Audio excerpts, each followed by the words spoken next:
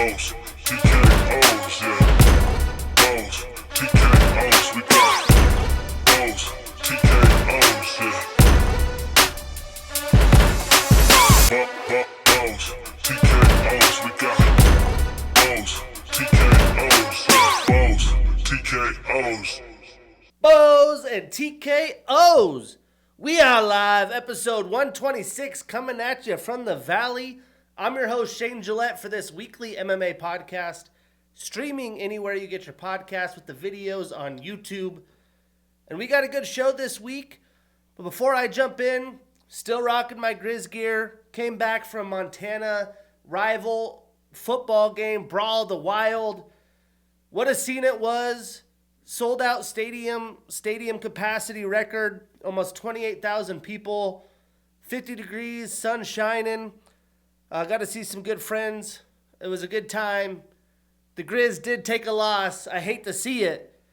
And now that the playoff bracket has been announced, they get a host probably South Dakota State at home, which actually beat Montana State at the beginning of the season.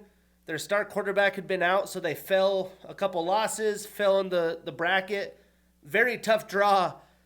Pretty much a semifinal matchup at home, so they're going to have to earn it. But if they do make it to the semis and Montana State does as well, it'll be a rematch in Bozeman. I mean, bowl season's right around the corner. NFL playoffs are right there. My Steelers are a dumpster fire. But man, it felt good to go back. First Grizz game since 2014 against North Dakota State opening the season. So it had been a minute. That stadium's loud, man. I wish game day would have went. I never heard of them before, but there's some social media guys called Snapback Sports. Pretty cool stuff. They go to what they think is the biggest game each week. They rate the bars, rate the food, rate the experience. They ranked it number 9 out of their top games in all of FBS and NCAA football. So pretty cool thing. Had a good time. Went in and out flying from Indy for a work trip. But enough about me. Let's jump right into some MMA action. We only have one fight that has been announced. An interesting fight. We get Neil Magny, the gatekeeper, taking on former Bellator stud Yaroslav Amosov, who hasn't fought since 2023 when he lost to Jason Jackson for the Bellator Welterweight World Championship. But he has defeated the likes of Logan Storley twice and Douglas Lima. So it'll be interesting to see if he can handle the vet, the tough-to-defeat vet Neil Magny. But let's talk about what had happened. UFC Fight Night Qatar. Your boy went 10-1 on picks. Nice hot week. Setting the overall at 773 wins, 386 losses, 10 no contests and draws. On the year, 289 wins, 144 losses, 3 no contests and draws. And to recap this card, I mean, the prelims did start slow, but they did have some good fights and some good action, some aggressive fights. I thought the main card was really action-packed, and they had some major fights and performances. The highlight for me was the really cool return of Kyoji Horiguchi. So I'm going to recap this fight night a 6 out of 10. I think I previewed it a 5, maybe 6 out of 10 as well. Some good fights we did not break down. We had Ismail Nardiev with a round 1 knockout over Ryan Loder. Tough break for Ryan Loder. Big win for Nardiev. Abdul Rahman Yakyayev with a round 1 submission via rear naked choke over Rafael Cerquera. I doubt we see him in the UFC much longer. And then Luke Riley with a round 2 TKO over Bogdan Grad. Performance of the night, 50 G's for Luke Riley. Smooth performance by him. I'm looking at it. Oh, yeah. Nope. Okay. So let's jump right in. We will start in the prelims where Alexandre Topuria got a unanimous decision over Bekzat Almakhan. And I mean, Alexandre for the bantamweight division is a big and powerful 135er. I mean, each round he was just too fast, too powerful, and the timing on the takedowns, chef kiss. I mean, to be honest, in the world of MMA grappling, there's a lot of guys that go for it kind of half-assedly. Some guys will chain together multiple takedowns, but there is very few that time them as beautifully as Topuria did. We'll see if that's really how good Topuria is. I think he's pretty solid. Or if Bekzat was just caught slacking. But I mean, these were beautiful takedown attempts. If you want to learn how to do some takedowns, watch film here. The blast double deep in on the hips. Love to see it, man. And he was getting them pretty easily. You know, Bekzat did fight hard to get out of bad positions in this fight. He's not a slouch of a fighter, but Topuria was just too technical, and I feel like he had a great game plan and executed it.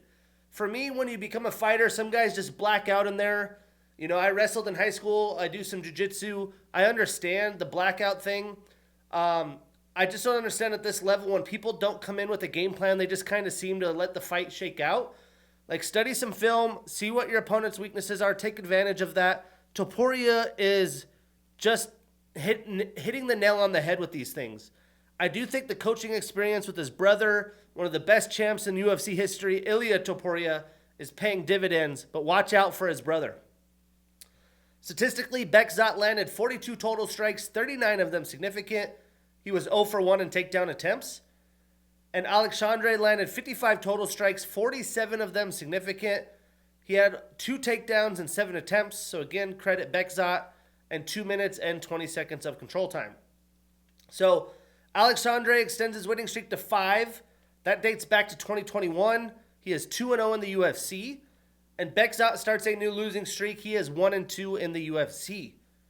So what's next? Well, I think Alexandre taking on Sergey Sidi or Felipe Lima would be the fights to make for me.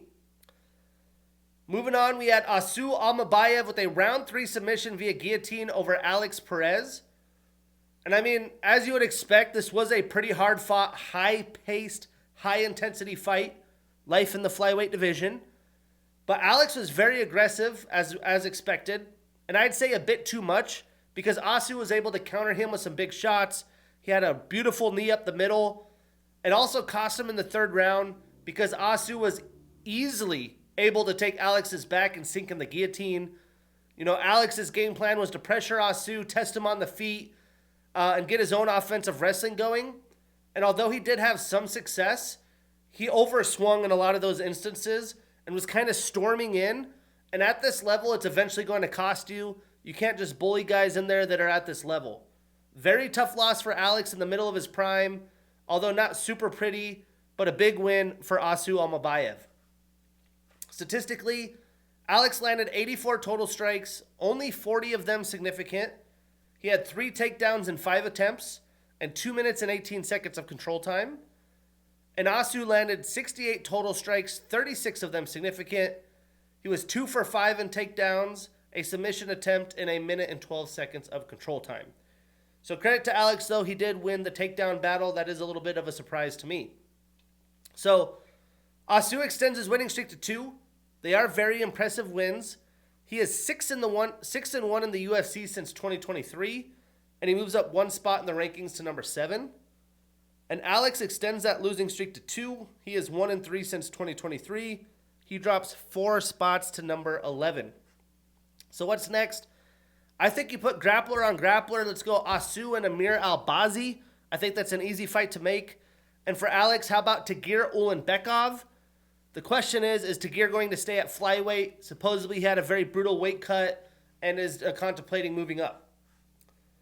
But then in the main card, the former UFC stud Kyoji Horiguchi with a round 3 submission via rear naked choke over Tagir Ulanbekov. Performance of the night, 50 G's for Kyoji. And I mean, Horiguchi is well-rounded, man. I mean, he showed it off. He was outstriking Tagir in round 1 and damn near shutting him out besides getting a takedown and some top control. Round 2, Horiguchi rocked Tagir and was able to get a good amount of top control in the center of the octagon. It seemed like he, took all the energy that Tagir had left out of him in that round. And I had said coming in how wide of a stance Tagir's going to have to take advantage of that. He tried, but he just gassed out doing his own offensive game plan. And Horiguchi is a striker, so in and out, so bouncy, it was too much for Tagir to handle. But in round 3, it seemed like Tagir had nothing left from, Kyoji chopping out his lead leg.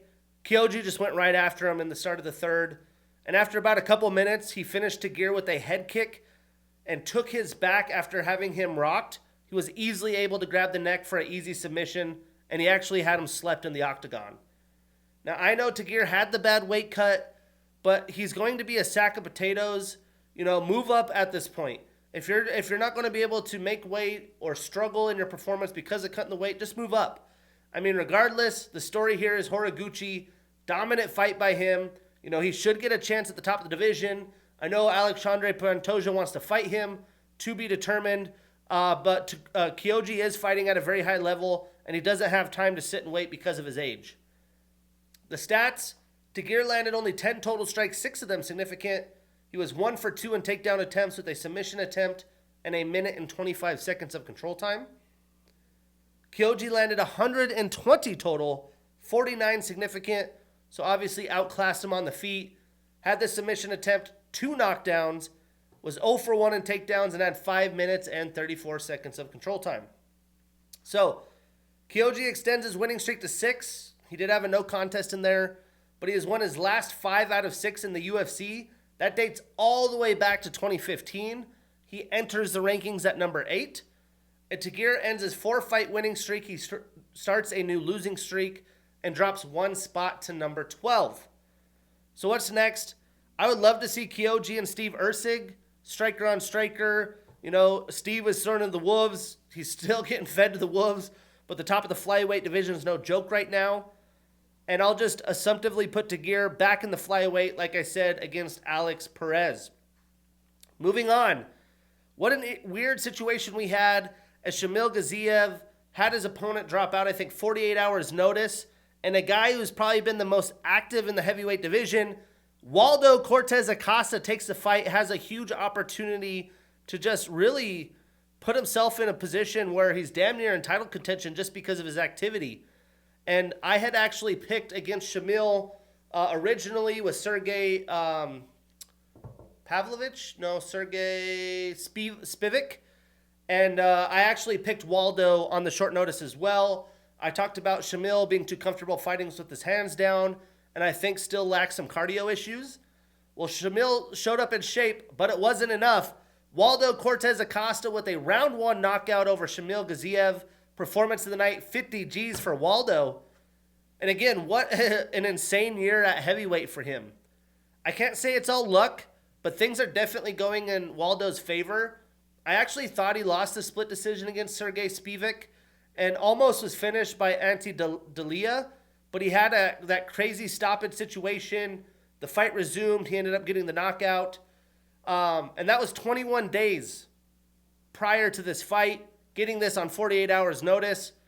Again, I've spoke how much I think Shamil is overrated. He really hasn't had a quality win yet. Sloppy, heavy hand striking early. His hands are down too low. And Waldo was able to counter Shamil. After all of his pressure, he was a much faster striker, so had a huge advantage there. And at one point in the fight, Shamil overswung so badly, he overswung and turned his body. And Waldo countered with a beautiful right hand that sat Shamil down. And then he followed up with another beautiful strike, and that put Shamil's lights out. Statistically, it only took Waldo 15 total and 10 significant strikes with 2 knockdowns, and Shamil only landed 6 total and significant. So now Waldo extends that winning streak to 2. He's 7-2 since 2023. He moves up 1 spot in the rankings to number 5. And Shamil ends that 2-fight winning streak. He starts a new losing streak and stays at number 11. I really don't know the best next step for Waldo, but Curtis Blades is there. I would say that's the fight to make. And for Shamil, how about Rizvan Kuniev? Moving on to the fight I got wrong. We had Miktabek Oralbai with a round 1 knockout over Jack Hermanson. And I forgot this wasn't just a new weight class for Jack moving down. It was actually Miktabek moving up from lightweight. And Jack moving down is definitely somewhat of a surprising move at 37 years old. But when he showed up at weigh-ins, he looked shredded, seemed to be looking good. And I thought he was on pace to go in and bully Miktabek. But after a vicious knockout against RoboCop not that long ago, I guess it's something to expect. Oralbai looked pretty small compared to Jack, obviously, in the octagon. And Jack started the fight off very well, picking at Oralbai from distance with his kicks and jab. I thought Orolbai was going to have to be a grappler dependent fighter in this fight, but Orolbai just kept loading up. He wanted to knock Jack clean out. He was just loading up that big right. He landed one perfectly on the ear, and it shut Jack's lights off. Brutal knockout. I don't know if it's just the weight cut. You know, it had to have been a tough weight cut, or if it was 5 months removed from having a brutal knockout against fucking RoboCop. But, you know, he is seeming to be a little bit chinny at this point in his career. I was just surprised how aggressive Miktabik as a striker was in this fight. But he gets a very big win. I don't think he can live off this style of a fight in the welterweight division. I think he'll get smoked. But brutal loss for Jack. I'm not sure what's next for him. I would assume 2 brutal knockouts in the year. He takes some time off. I'm not sure if he's going to want to stay at welterweight or not. To be determined. Looking at the stats, Jack landed 19 total and significant. Miktabik 15 total and significant with that knockdown. But now Miktabik extends his winning streak to 2. He is 4-1 in the UFC. Jack extends his losing streak to 2. He is 2-4 since 2022. So now that Miktabik is in the welterweight division, how about a fight with Ramiz Brahima? And for Jack, I'm assuming he wants to stick at welterweight. So if that's the case, I would say someone like Li Jingliang or Kevin Holland would make sense. Moving on in the light heavyweight division, we had Volkan Ozdemir with a round 1 knockout over Alonzo Menefield. And my God, I mean, Volkan just came forward and steamrolled Alonzo. You know, he had beautiful striking with the left, then a knee that landed right after, and he showed off his power early, and Menefield wasn't able to evade his shots against the cage. To be honest, I don't think I've seen Volkan look so impressive of late, because it's not easy to get Alonzo out like that. Regardless, massive win for Volkan. He's going to get higher matchups in the rankings again. And Alonzo, at 38 years old, definitely in a tough spot. Statistically, Volkan landed 14 total and 13 significant strikes with that knockdown. Alonzo only landed 2 total and significant. So Volkan starts a new winning streak. He moves to 3-1 since 2023. He stays at number 9 in the rankings. And Alonzo ends that 2-fight winning streak, starts a new losing streak. He is 4-3-1 since 2023, and he drops 1 spot to number 15. So what's next? I say give us this banger, Volkan Ozdemir and Azamat Murzakanov. And another good fight would be Alonzo and Jan Kutalaba. Then in the co-main, we had Ian Machado Gary with unanimous decision over Bilal Muhammad. And I really didn't know what to think coming into this fight. I had been burned by some older veterans. I just assumed Ian is prepared for this moment. But Bilal was smart in this fight. You know, he had a major focus on getting Ian up against the cage and attempting takedowns. That's what you'd expect. But the big difference and the evolution of Ian Machado Gary is that Ian didn't let him get any of the takedowns. The energy that he exerted to get those, I mean, he was lifting them up. He was just too long and lanky. I think that really cost him in this fight. But Bilal did a good job of pressuring forward and landing shots of his own. But Ian had a lot more volume and precision as expected. You know, having the height advantage, I think, really helped him with that wrestling defense and striking. But Ian acted like coming into the fight he was going to destroy Bilal, and that wasn't the case at all. You know, Ian just did a little bit more, had some good success kicking Bilal's calf to win the rounds. Bilal's days at this point at the top of the division are probably gone. You know, Ian's right in the mix after a war against the former champion.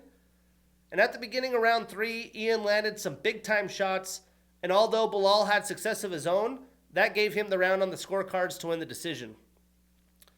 Statistically, I mean, they were close. Bilal landed 97 total strikes, 56 of them significant. But the key stat, 0 for 7 in takedowns, although he did have 3 minutes and 35 seconds of control time.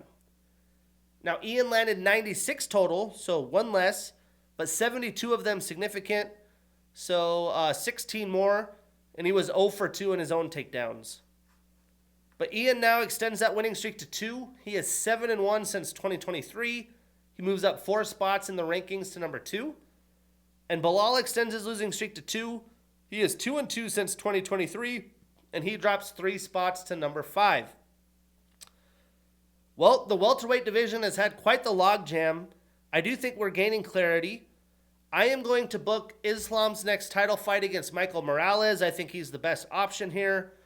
I know he wants Kamaru, but I just don't think that makes sense. I'm going to say JDM takes on Sean Brady. Carlos Prates takes on Shavkat Rakhmonov. Ian Gary takes on Kamaru Usman. And Bilal is going to have to let things shake out or fight somebody like Joaquin Buckley.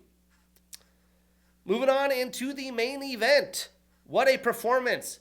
Arman Tsarukyan with a round 2 submission via arm triangle choke over Dan Hooker.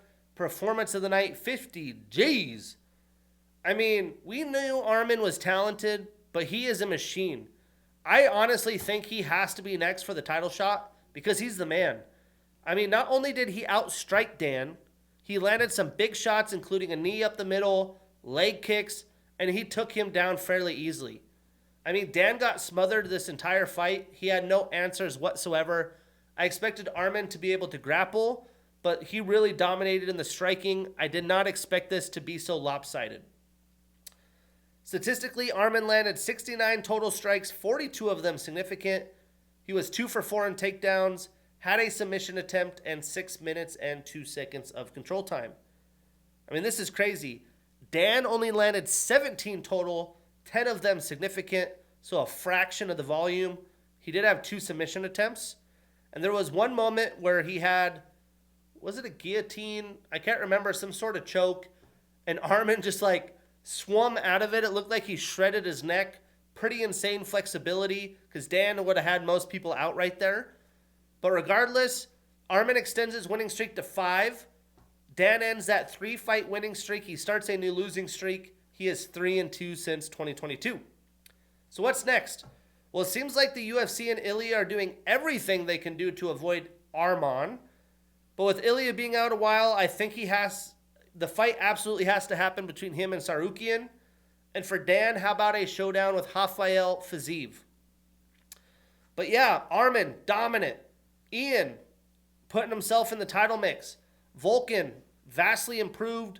Miktabik making waves in the new weight class. Waldo on 48 hours notice. I try to tell y'all Shamil Gaziev is overrated. A lot of people are taking him over Sergey. I had Sergey as well. Welcome back, Horiguchi. Asu moving up, and Topuria looking like a big bantamweight problem. But next weekend, we get a week off for the Thanksgiving holiday. We have 2 remaining cards left in the year with another massive pay-per-view. UFC 323 in Viva Las Vegas. Another 2 title fight card. The final of the ESPN Plus era. Headlined by the bantamweight GOAT Merab Dvalishvili in a rematch against Petr Yan. And then Alexandre Pantoja taking on Joshua Van as he tries to move forward towards the flyweight GOAT. But that's episode 126. I'm your host. Enjoy the holidays. Shane Gillette. See you next week.